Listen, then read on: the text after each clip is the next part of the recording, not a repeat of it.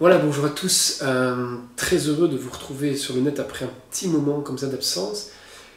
On est dans une période un peu particulière où d'un côté, avant de commencer, j'aurais une pensée pour ceux qui souffrent actuellement, qui malheureusement sont peut-être plus vulnérables que d'autres et qui sont dans des conditions très particulières lorsqu'ils sont touchés par ce virus. Et donc, on est un peu dans une période un peu où, d'un côté, on a l'impression qu'il y a ceux qui se croient invulnérables totalement, et puis de l'autre côté, ceux qui angoissent pour tout et très rapidement. C'est vrai qu'on est dans cette tension. Il faut trouver un juste milieu, il me semble. Et donc, il faut à la fois être vigilant, à la fois préserver la santé des uns et des autres, et en même temps, il faut continuer à vivre, continuer d'exister. D'où peut-être l'intérêt, je trouvais, de relancer ce projet. Ça faisait un petit moment déjà que je voulais le relancer, mais voilà, le travail, la vie fait qu'on n'a pas toujours le temps de faire tout ce qu'on veut aussi vite qu'on le veut. Le principal, c'est de trouver du plaisir dans ce qu'on fait et surtout de la conviction. Alors, en quoi consiste le projet Une lecture, un regard?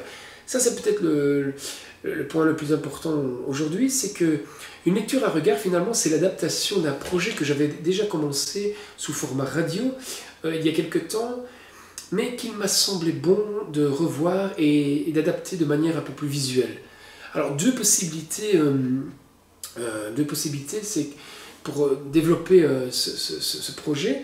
La première, c'est à partir d'un passage, d'un verset biblique ou encore d'un terme trouvé dans la Bible, je vous proposerai une certaine réflexion personnelle du moment qui sera enrichie de divers commentaires pouvant provenir de spécialistes. Alors les spécialistes, ça peut être des théologiens, ça peut être des pasteurs, des exégètes, des philosophes, des rabbins, ça peut être des écrivains, ça peut être même des scientifiques, enfin peu importe, toutes sortes de commentaires qui viendront se greffer à mes propositions de réflexion et des commentaires qui seront issus de lectures diverses.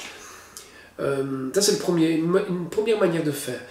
Une autre manière de faire, ce que je pourrais vous proposer à certains moments, c'est plutôt que de partir d'un verset ou d'un texte biblique, pour la seconde possibilité, on partira d'une réflexion peut-être à partir d'un commentaire ou d'un article ou d'un livre ou d'une pensée pour rejoindre les Écritures. Donc on pourra aller dans deux sens différents. C'est d'une part, on partirait de la Bible vers une réflexion personnelle, on partirait d'une réflexion personnelle d'un auteur pour rejoindre la Bible, et dans ce cheminement, dans ce parcours, finalement, je vous proposerai peut-être des réflexions personnelles pour tenter de vous soutenir aussi dans votre réflexion, qui est le principal, qui sera votre réflexion à vous. Alors, au travers de ces partages, à aucun moment, et ça je tiens à le dire, c'est qu'à aucun moment l'intention sera de fermer le point de vue, ni de prétendre faire le tour de la question, que du contraire. Je reste avec mon idée, et en tout cas le projet est d'aller plutôt vers d'ouvrir la réflexion sous un certain angle, sous une certaine forme, sous un certain regard du moment, et j'espère par là pouvoir aider quelques-uns à nourrir leur désir de sonder les Écritures et d'examiner finalement, d'approfondir, même de considérer leurs propres idées sur les thèmes qui seront abordés. Alors, le but et l'objectif, n'en déplaise à certains, à aucun moment le focus sera prioritairement mis sur des justifications doctrinales.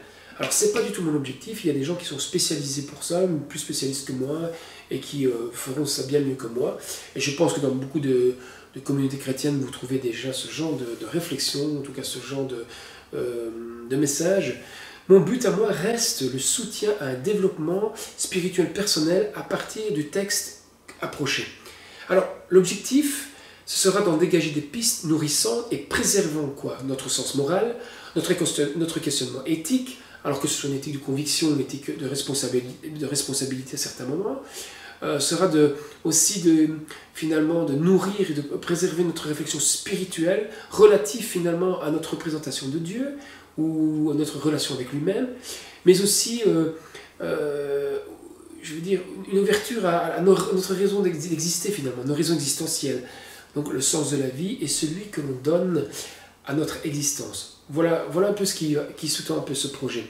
Alors, s'il est vrai que d'une lecture personnelle de la Bible, nous pouvons déjà en saisir d'énormes richesses, il n'en est certainement pas moins vrai qu'il restera toujours des choses que nous ne pouvons pas approfondir seuls.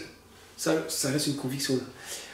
Personne n'a la science infuse, personne n'a la connaissance totale. Alors il y aura toujours assez de passages pour alimenter abondamment notre vie personnelle, spirituelle, mais aussi assez pour laisser à d'autres nous expliquer ce que nous ne comprenons pas. C'est toute la richesse d'ailleurs de la complémentarité. Étant donné aussi que la grande diversité des personnes avec qui nous avons contact par notre ministère, en lien avec ce projet, dans cette vidéo introductive, dans cette petite capsule à laquelle je m'adresse à vous en ce moment, je vais tenter de répondre à diverses questions que j'ai récoltées, des questions qui m'ont été posées soit par mail, enfin par manière ou d'une autre, des questions qui me sont posées soit régulièrement, soit à certains moments par des non-croyants, mais aussi par des croyants par des personnes croyantes qui n'ont pas forcément développé cette culture de la réflexion, de la méditation biblique.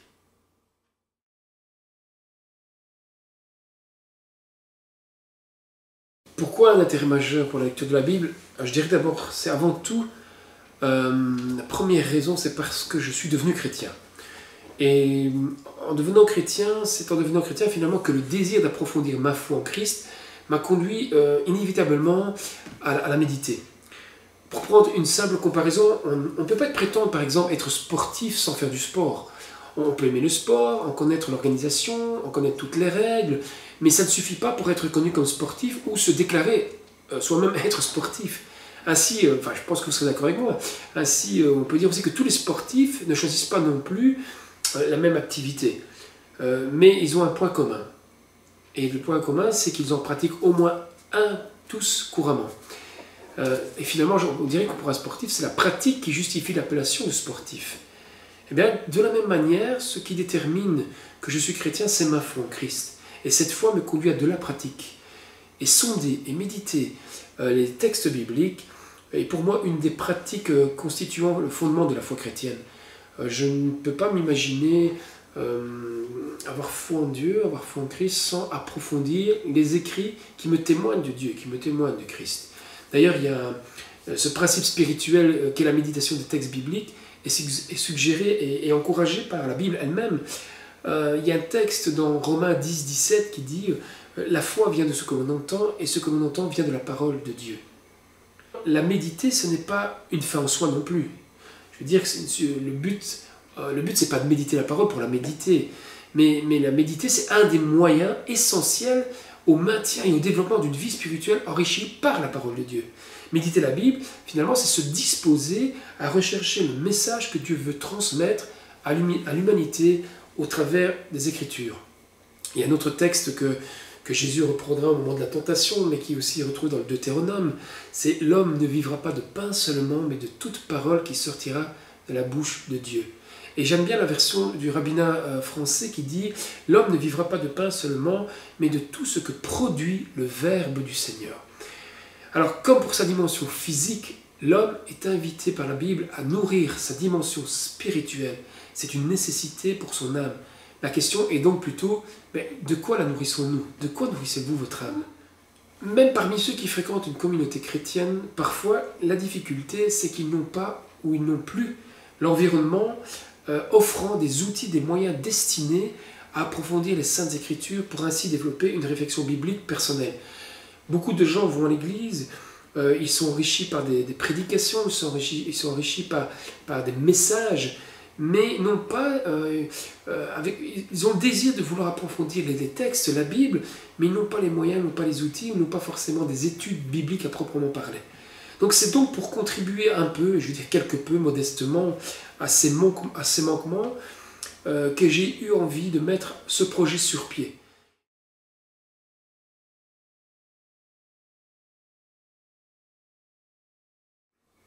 Alors, est-ce une pratique propre aux églises protestantes évangéliques? Alors, posée comme ça, c'est une question qui oriente vers une réponse réductrice et ça m'ennuie. Si je réponds par oui ou je réponds par non à une question aussi générale, je donnerai une réponse finalement et très certainement qui serait une contre-vérité.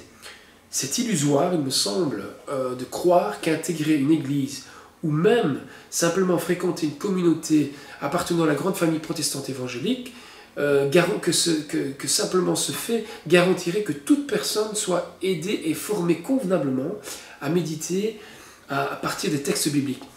Maintenant, on ne peut pas nier, c'est certain, que ce soit une démarche assez répandue dans le milieu protestant évangélique. Mais ça ne garantit pas forcément d'office. Qu'est-ce que je veux dire par là? C'est que l'on ne doit surtout pas réduire, à mon avis, l'étude approfondie et sérieuse de la Bible à une catégorie de clochers. Il ne suffit pas de catégoriser les gens pour déterminer leur pratique et la qualité de celle-ci. Et je dirais même, on pourrait dire, tant pour les bonnes pratiques que pour les mauvaises. Enfin, ça c'est un autre sujet, pas ici, pas pour aujourd'hui en tout cas. Alors je dirais que la réponse à cette question, elle est plutôt dans l'histoire pour moi. C'est-à-dire que la réforme protestante qui fut amorcée en 1517 par le moine Martin Luther, je pense que cette réforme a indéniablement joué un grand rôle au fait que nous avons tous accès aux Écritures aujourd'hui et que nous les chérissons avec autant d'importance. Mais si la réforme a effectivement participé au déploiement d'études sérieuses de la Bible, c'est d'abord parce qu'elle-même est héritière d'une pratique qui remonte bien plus loin dans le temps. La réforme a redonné accès à cette pratique à un moment de l'histoire finalement où l'Église État, l'Église structurelle de l'époque, ne pouvait plus maintenir la privation des Écritures à ses fidèles dans le but de les garder assujettis. Donc c'est un moment d'histoire, d'ailleurs on ne peut pas être très fier de l'Église de ces moments-là, mais c'est vrai que cette réforme a pu rendre accès aux Écritures. Je dis même aux chrétiens de l'époque, ils n'avaient même plus accès à la parole de Dieu et ils devaient simplement dire Amen à ce qu'on leur disait aux lectures et aux interprétations qu'on en faisait. Donc, en réalité, c'est d'abord un héritage historique que de méditer la parole de Dieu, c'est-à-dire une pratique qui a traversé des générations d'hommes depuis plus de 3000 ans. D'ailleurs, l'histoire même démontre que la sacralisation et l'obsession à lire la Bible chez les chrétiens est finalement une pratique héritée en réalité du judaïsme. Et c'est d'ailleurs ce qui a conduit les juifs et les chrétiens à ce qu'ils soient surnommés dans l'histoire les gens du livre. D'ailleurs, on trouve même ce témoignage jusque dans le Coran. Dans le Coran même, les chrétiens comme les juifs sont appelés les gens du livre. Donc, la Bible finalement, qu'est-ce qu'on peut dire? C'est que la Bible contient le matériau spirituel nécessaire pour nourrir la part spirituelle de l'homme. Elle contient des empreintes, des traces, des origines de la pensée qui révèlent à l'homme l'existence du Dieu unique et qui l'appellent finalement à vivre par la foi en celui-ci.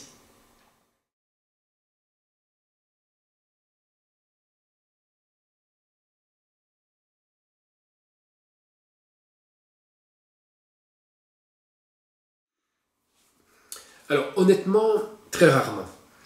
D'ailleurs, pour ma part, les questions les plus compliquées à aborder concernant Dieu ne sont pas d'ordre scientifique, mais plutôt du côté des, je dirais plutôt du côté des conditions de vie humaine qui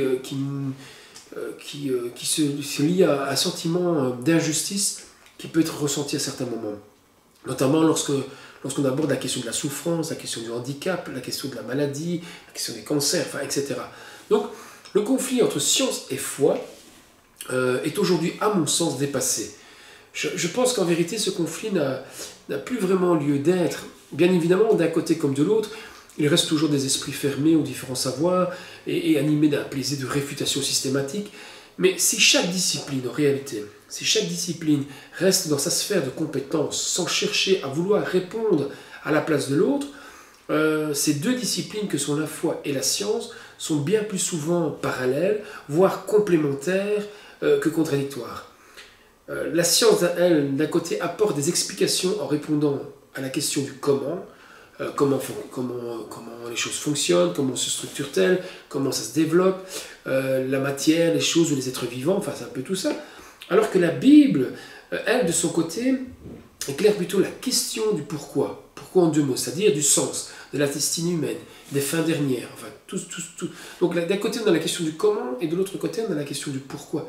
Donc je dirais que la science et la foi finalement ne devraient pas avoir autant de guéguerre. entre elles. Il semblerait que d'ailleurs que la physique quantique elle-même nous dit qu'il y aurait un autre réel. Un réel au-delà de nos sens, au-delà de nos instruments scientifiques, un réel qu'on ne peut pas percevoir finalement avec nos sens naturels. Alors aujourd'hui, chacun y met ce qu'il veut derrière ce réel imperceptible. Pour ma part, s'il y a bien un réel imperceptible par nos sens naturels et premiers, c'est Dieu. D'ailleurs, Jean 4, 24 nous dit, et j'aime ce verset qui dit « Dieu est esprit, et il faut que ceux qui l'adorent en esprit et en vérité ». Une démarche vis-à-vis de Dieu est d'abord non pas une démarche scientifique, mais d'abord une démarche spirituelle. Alors, dans cette position, je dirais que la question suivante me semble beaucoup plus intéressante. Comment ne pas nourrir des formes d'obscurantisme pouvant encore être présentes aujourd'hui d'un côté, et de l'autre, comment ne pas succomber finalement au scientisme. L'un comme l'autre sont des dérives que j'espère éviter au mieux et combattre quand il m'est possible.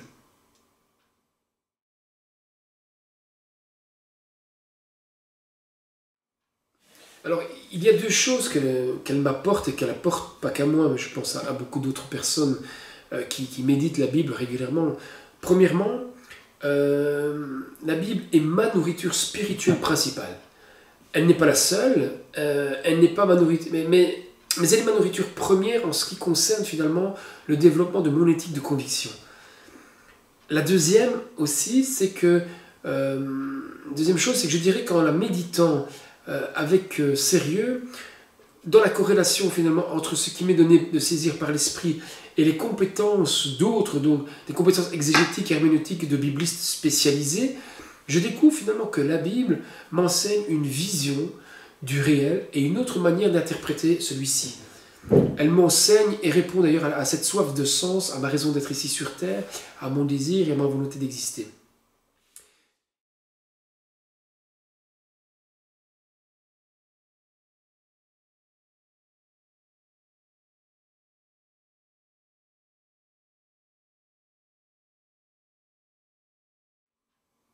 Je la médite aussi parce qu'elle guide mes pas lorsque j'en retire un enseignement moral approprié à ma situation, lorsqu'elle m'ouvre une réflexion éthique, spirituelle et religieuse. Je la médite parce qu'elle me pousse aussi à m'interroger sur la vie sociale, sur la vie au travail, sur la vie relationnelle, sur le plaisir, sur le sens de la vie, le sens que l'on donne à celle-ci. Je médite aussi la parole de Dieu. Pourquoi aussi avant tout parce qu'elle me connecte directement avec Dieu et sa pensée pour l'humanité. Contrairement à ce que l'on a parfois fait de la Bible finalement n'est pas un livre de recettes religieuses toutes faites. Elle est avant tout un héritage de la pensée spirituelle à l'œuvre. Son but premier n'est pas de nous renseigner, mais bien de nous enseigner. Donc, autant la science peut nous renseigner, autant la science peut nous apporter un savoir descriptif, autant la Bible ne cherche pas ça en premier lieu, elle cherche à nous enseigner quelque chose. Alors si la Bible nous enseigne à développer une vie morale et un agir éthique, il y a aussi une chose importante, c'est que le Christ insiste aussi pour ne pas en faire du moralisme. Et j'aime bien cette citation d'André Comte-Sponville qui dit « Que dois-je faire et non que doivent faire les autres ?» C'est la différence entre la morale, c'est la différence entre la morale et le moralisme.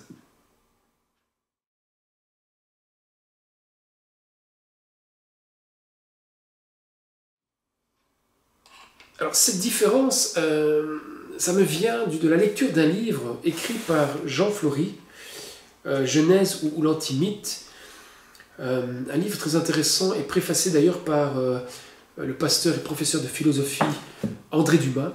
C'est dans ce bouquin intitulé Genèse ou l'Antimythe que j'ai été happé par ce petit détail développé par l'auteur.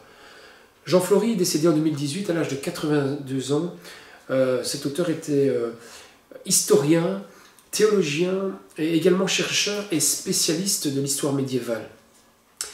Et donc, pour vous expliquer un peu d'où me vient cette différence à laquelle je fais très attention, à laquelle qui me tient fort à cœur, je vais vous lire ce petit résumé simplifiant ce petit détail développé par Jean Flory lui-même dans son livre. Alors c'est un résumé, si vous êtes intéressé, je vous laisserai les références et peut-être ce livre, je ne sais pas s'il est encore... on peut encore l'avoir, mais en tout cas, je vous laisserai les références, l'image, et je vais lire ceci. Voici ce que dit Jean Flory. Ce petit R qui différencie ces deux mots est capital. La science nous renseigne, entre autres, sur comment les choses fonctionnent, se développent, se forment. La science nous renseigne sur l'historicité, sur une certaine temporalité physique de ces choses. La science se donne pour mission de comprendre et de découvrir la mécanique de l'univers, du monde, de la matière, etc. La Bible, elle, a un tout autre but.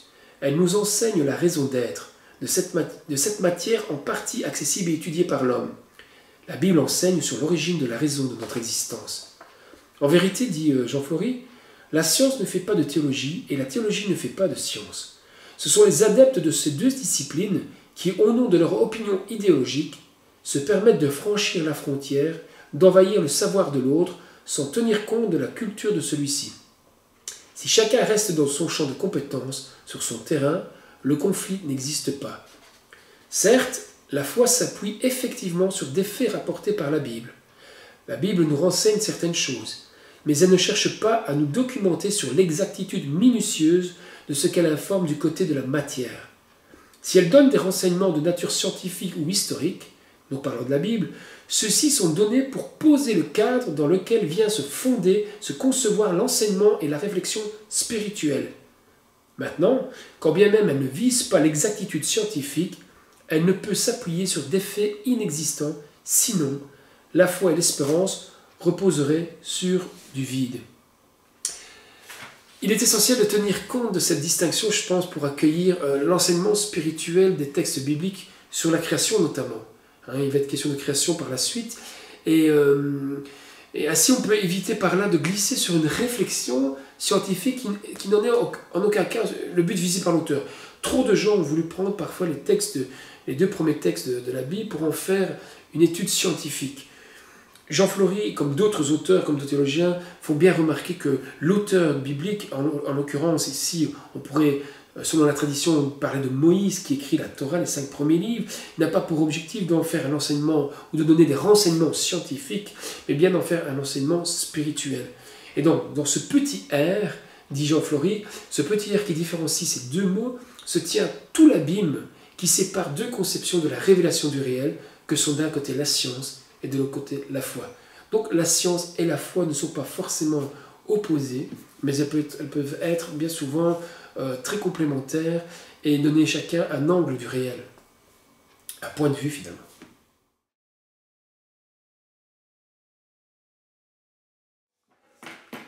Voilà, donc pour terminer, je dirais que ces diffusions modestes que je vais tenter de mettre en place seront pour moi une tentative d'un nouveau départ à mon désir de partager un certain enthousiasme que j'ai à me promener dans les Écritures saintes, mais aussi sur les sentiers qu'elles ont inspirés à la littérature. Alors c'est sans prétention qu'une que j'aborde ce projet. Pourquoi ? Parce que le champ est tellement vaste et immense que je ne me fixe aucun autre but que d'avancer petit à petit, pas à pas, par la foi, dans cette aventure qui, je l'espère, pourra en accompagner quelques-uns parmi vous. Alors, puisqu'il est question de commencement de ce nouveau format, une lecture à regard, puisqu'il est question de commencement, je vous donne rendez-vous très bientôt pour aborder précisément avec vous le commencement des commencements, le premier verset du premier livre de la Bible, qui est dans le livre de la Genèse, Genèse chapitre 1, verset 1. Donc en attendant, prenez bien soin de vous, pour que vous soyez ainsi en mesure de bien prendre soin de ceux qui vous entourent, de ceux que vous aimez, mais aussi de ceux que vous croisez sur votre chemin. Et je vous dis à très bientôt.